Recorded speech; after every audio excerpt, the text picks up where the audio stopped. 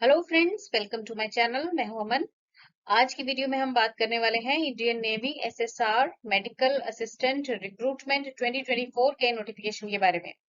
Indian navy ने senior secondary recruit medical assistant के लिए नोटिफिकेशन निकाल दिया है। अप्लाई आप कर सकते हैं 7 सितंबर 2024 से लेकर 17 सितंबर 2024 तक।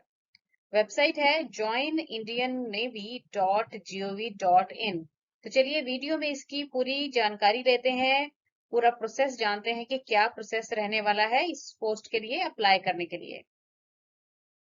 तो अभी आप स्क्रीन पर जो ऑफिशियल नोटिस है इंडियन नेवी का वो देख रहे हैं। अब इसमें बताया गया है कि इंडियन नेवी जो है इन्होंने इनवाइट की है online applications from unmarried male candidates. ठीक है, जो अविवाहित मेल हैं, मतलब पुरुष कैंडिडेट्स हैं, बॉयज जो हैं वो इस पोस्ट के लिए अप्लाई कर सकते हैं। तो ये बेसिकली सीनियर सेकेंडरी रिक्रूट्स है मेडिकल ब्रांच में। तो मतलब जो भी स्टूडेंट्स जिन्होंने अभी +2 पास किया है, ठीक है, फिजिक्स केमिस्ट्री और बायोलॉजी के साथ, तो वो स्टूडेंट्स अप्लाई कर सकते हैं इसके लिए। बहुत ही अच्छी अपॉर्चुनिटी है। वीडियो में कंप्लीट इसकी इंफॉर्मेशन हम लेते हैं। सबसे पहले बात करेंगे एलिजिबिलिटी कंडीशंस की। तो देखिए एलिजिबिलिटी इसमें क्या चाहिए है, अनमैरिड मेल जो स्टूडेंट्स रहेंगे वो अप्लाई कर सकेंगे इसके लिए। ठीक है, और इसमें कंडीशंस में एजुकेशन की अगर बात करें, एजुकेशनल क्वालिफिकेशन की अगर हम बात करें, तो ये देखिए 10+2 आपकी क्वालिफिकेशन होनी चाहिए विद फिजिक्स केमिस्ट्री और बायो। ठीक है, और किसी भी रिकॉग्नाइज्ड बोर्ड से आपने ये किया होना चाहिए। मिनिमम मार्क्स आपके होने चाहिए 50% एग्रीगेट में, और मिनिमम 40 जो परसेंट है वो हर सब्जेक्ट में होने चाहिए हैं। तो ये आपने ध्यान रखना है जब आप अप्लाई करोगे। और जो एज दी गई है वो बताया गया है कि जो कैंडिडेट है अप्लाई करेंगे उनका जन्म 1 नवंबर 2003 से लेकर 30 अप्रैल 2007 के बीच में ही हुआ होना चाहिए। तो ये आपने ध्यान रखना है, एजुकेशन का भी और एज का भी। और इसमें देखिए यहाँ पे बताया गया है कि जो वैकेंसीज है ना वो स्टेट वाइज मैनर में बताई जाएंगी। अभी वैकेंसीज के बारे में नहीं बताया गया है कि कितनी वैकेंसीज है, वो शॉर्टली नोटिफाई कर दिया जाएगा। नेक्स्ट हम बात करते हैं इसमें कि जो पे और बाकी अलाउंसेस वगैरह रहने वाले हैं उसके बारे में बात करेंगे। तो देखिए इसमें ना जो पे का बताया गया है, तो यहाँ पे बताया गया है कि इनिशियली तो आपका ना पहले ट्रेनिंग पीरियड होएगा, मतलब जब आपकी सिलेक्शन हो जाएगी ना तो उसके बाद आपका ट्रेनिंग पीरियड रहेगा। ट्रेनिंग में आपको मिलेगा स्टाइपेंड जो होगा 14,600 पर मंथ, मतलब हर महीने आपको 14,600 स्टाइपेंड मिलेगा ट्रेनिंग के दौरान। जब आपकी सक्सेसफुल ट्रेनिंग कंप्लीट हो जाएगी उसके बाद क्या होगा, आपकी होगी प्लेसमेंट, और आपकी जो पे स्केल रहेगी वो होगी लेवल 3 की।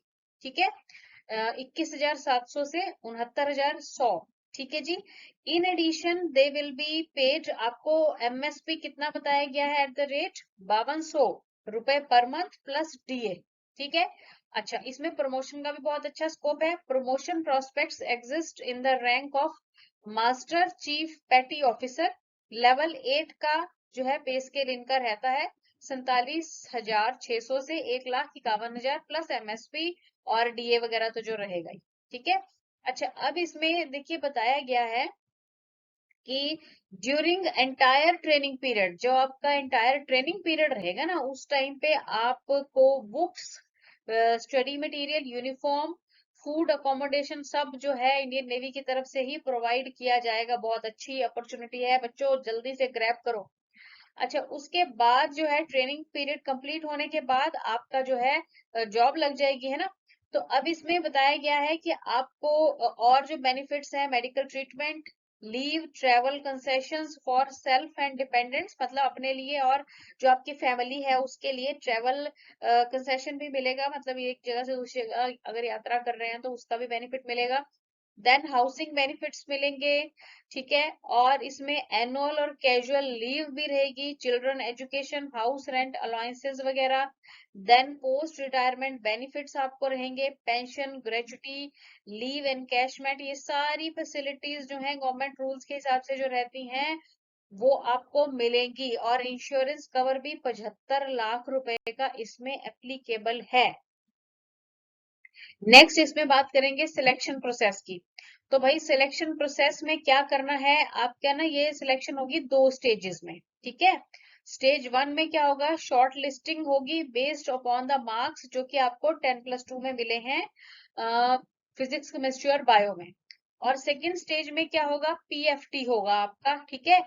इसमें क्या रहेगा, बेसिकली आपका ये फिजिकल फिटनेस टेस्ट रहेगा और रिटन एग्जाम होगा, ठीक है।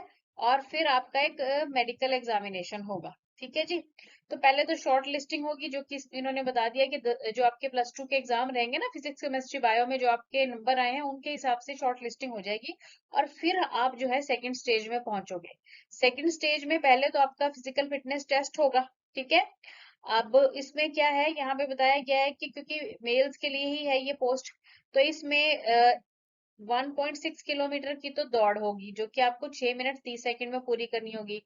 फिर स्क्वाट्स होंगे, उठक बैठक 20 लगाने पड़ेंगे, पुशअप्स 15 है, देन बेंट नी सिटअप्स जो है वो भी 15 है। तो इस तरह से आपका ये क्वालिफाइंग नेचर का फिजिकल टेस्ट होगा, मतलब इसमें कोई आपको नंबर नहीं लेने, सिर्फ क्वालिफाई करना होगा। उसके बाद रिटन टेस्ट होगा जो कि दोनों ही भाषाओं में आएगा, हिंदी में भी और इंग्लिश में भी। 100 क्वेश्चंस आपसे पूछे जाएंगे। 4 सेक्शंस होंगे, इंग्लिश, साइंस, बायोलॉजी और जनरल अवेयरनेस एंड रीजनिंग, ठीक है। 25-25 नंबर का हर एक सेक्शन रहेगा। और जो लेवल होगा ना क्वेश्चन पेपर का, वो +2 बेस ही होगा, ठीक है। सिलेबस जो है आपको प्रोवाइड कर दिया जाएगा, www.joinindiannavy.gov.in की साइट पर ये अवेलेबल है। 1 घंटे का आपका ये एग्जाम रहेगा, ठीक है। कैंडिडेट्स जो हैं उनको बताया गया है कि उनको पास करना पड़ेगा ये जो एग्जाम है, तभी अब वो अगले स्टेज पे जा पाए। उसके बाद यहाँ पे बताया गया है कि रिक्रूटमेंट मेडिकल एग्जामिनेशन, उसके बाद ना आपका एक डिटेल्ड मेडिकल एग्जामिनेशन होगा, मतलब रिटन एग्जाम पास हो गया, उसके बाद आपका एक मेडिकल एग्जाम होगा। मतलब आप ये समझ लो कि आपका मेडिकल होगा, डिटेल मेडिकल, जैसे कि डिफेंस में होता ही है एक डिटेल मेडिकल, ठीक है। अच्छा, उसके बाद जो है मेरिट लिस्ट बनेगी, वो स्टेज 2 का जो रिटन एग्जाम होगा, फिर फिजिकल फिटनेस और मेडिकल एग्जाम होगा, उसके बिहाफ पे आपका ये कट ऑफ बनाई जाएगी और वेबसाइट पे अपलोड कर दी जाएगी और फिर सिलेक्शन होगी। अच्छा, उसके बाद प्री एनरोलमेंट मेडिकल बताया गया है। इसमें क्या है कि प्री एनरोलमेंट मेडिकल जो है ना, वो कहाँ पे कंडक्ट होता है, वो होता है आईएनएस चिल्का पे, ठीक है। Induction of candidates will be subject to fitness in the pre enrolment medical formalities. मतलब क्या है कि आपका एक प्री एनरोलमेंट मेडिकल होगा जो कि आईएनएस चिल्का पर होगा, ठीक है। और जो क्वालिफाई नहीं कर पाएंगे उनको रिजेक्ट कर दिया जाएगा। अब मेडिकल स्टैंडर्ड्स भी यहाँ पर बताए गए हैं कि क्या होने चाहिए। एक तो मिनिमम हाइट 157 सेंटीमीटर होनी चाहिए, मिनिमम चेस्ट एक्सपेंशन होनी चाहिए 5 सेंटीमीटर। अच्छा, उसके बाद जो है इसमें और बताया गया कि टैटू वगैरह बच्चों आप अवॉइड रखोगे तो बहुत अच्छा रहेगा। वैसे यहाँ पे कहा गया है कि बाकी बॉडी पार्ट पर तो नहीं होने चाहिए, रिजेक्ट कर दिए जाओगे।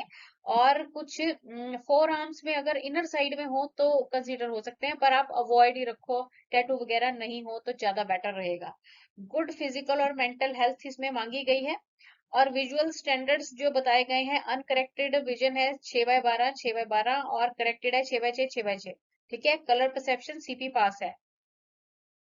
अब इसमें बताया गया है एक नोट, ये स्पेशल है, देखिए ध्यान रखना है। इसमें क्या है कि जब आप जाएंगे ना मेडिकल एग्जामिनेशन के लिए, तो कानों में से ना वैक्स वगैरह क्लियर करवा के जाना, टार्टर वगैरह जो है वो क्लियर होना चाहिए, दांतों में टार्टर नहीं होना चाहिए, कानों में वैक्स वगैरह सब साफ करवा के जाना है, नहीं तो रिजेक्ट हो जाओगे आप, ठीक है।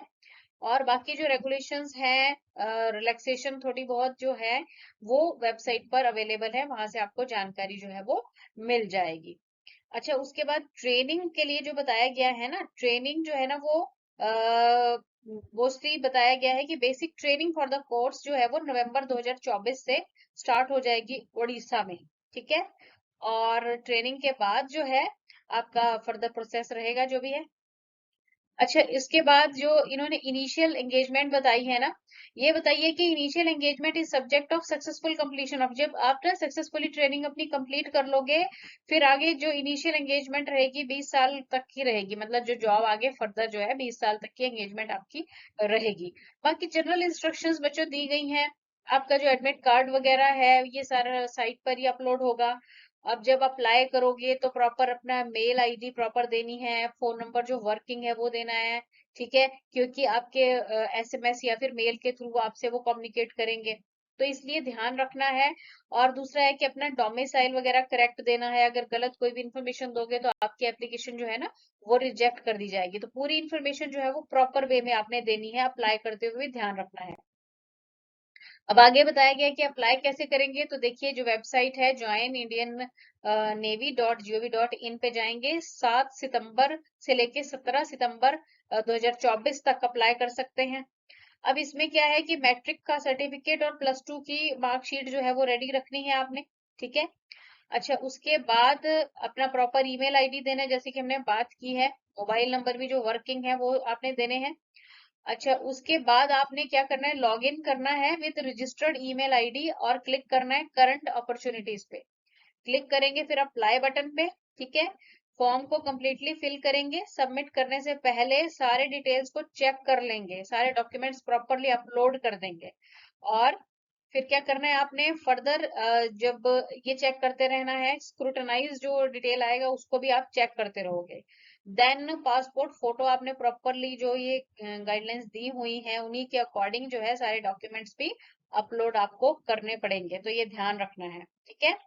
अब इसमें बताया गया है कि एप्लीकेशंस में be uploaded from common service centres across the country against fixed fees of ₹60 plus GST. तो ये फैसिलिटी जो है एंटायरली ऑप्शनल रहेगी, ठीक है।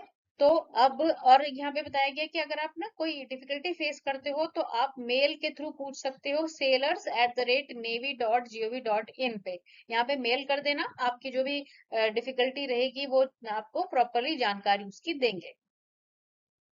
अच्छा, आगे इसमें इंपॉर्टेंट इंस्ट्रक्शंस तो बच्चों यही बताई गई हैं कि टेस्ट में आपने किस तरह से कोई मोबाइल नहीं लेके जाना है, ठीक है। और सारी मतलब जो नॉर्मल एग्जाम में आपकी रहती हैं वो सभी इसमें इंस्ट्रक्शंस दी गई हैं। कोई डोमिसाइल गलत नहीं अपना देना है, सारे डॉक्यूमेंट्स वगैरह प्रॉपर करने हैं। और यहाँ पे बताया गया है कि लास्ट डेट रहेगी इसकी 17 सितंबर 2024, तो इस डेट का आपने केयरफुली ध्यान रखना है। और एंड में वार्निंग दी गई है, सारा जो ये फॉर्म फिल करोगे खुद ही आपने करना है, किसी भी जो एजेंट्स चीटर्स वगैरह रहते हैं उनके चक्करों में नहीं फंस जाना है। प्रॉपरली अपने आप इसको देख के फिर आपने इसको फिल करना है। तो अब आपके पास टाइम है 7 सितंबर से लेके 17 सितंबर तक का टाइम पीरियड है। अगर आपका इंटरेस्ट है इंडियन नेवी की तरफ और आपकी एलिजिबिलिटी भी बन रही है तो जल्दी से चेक कर लेंगे 7 तारीख से और फटाफट से अप्लाई कर देंगे। Thanks for watching the video and best of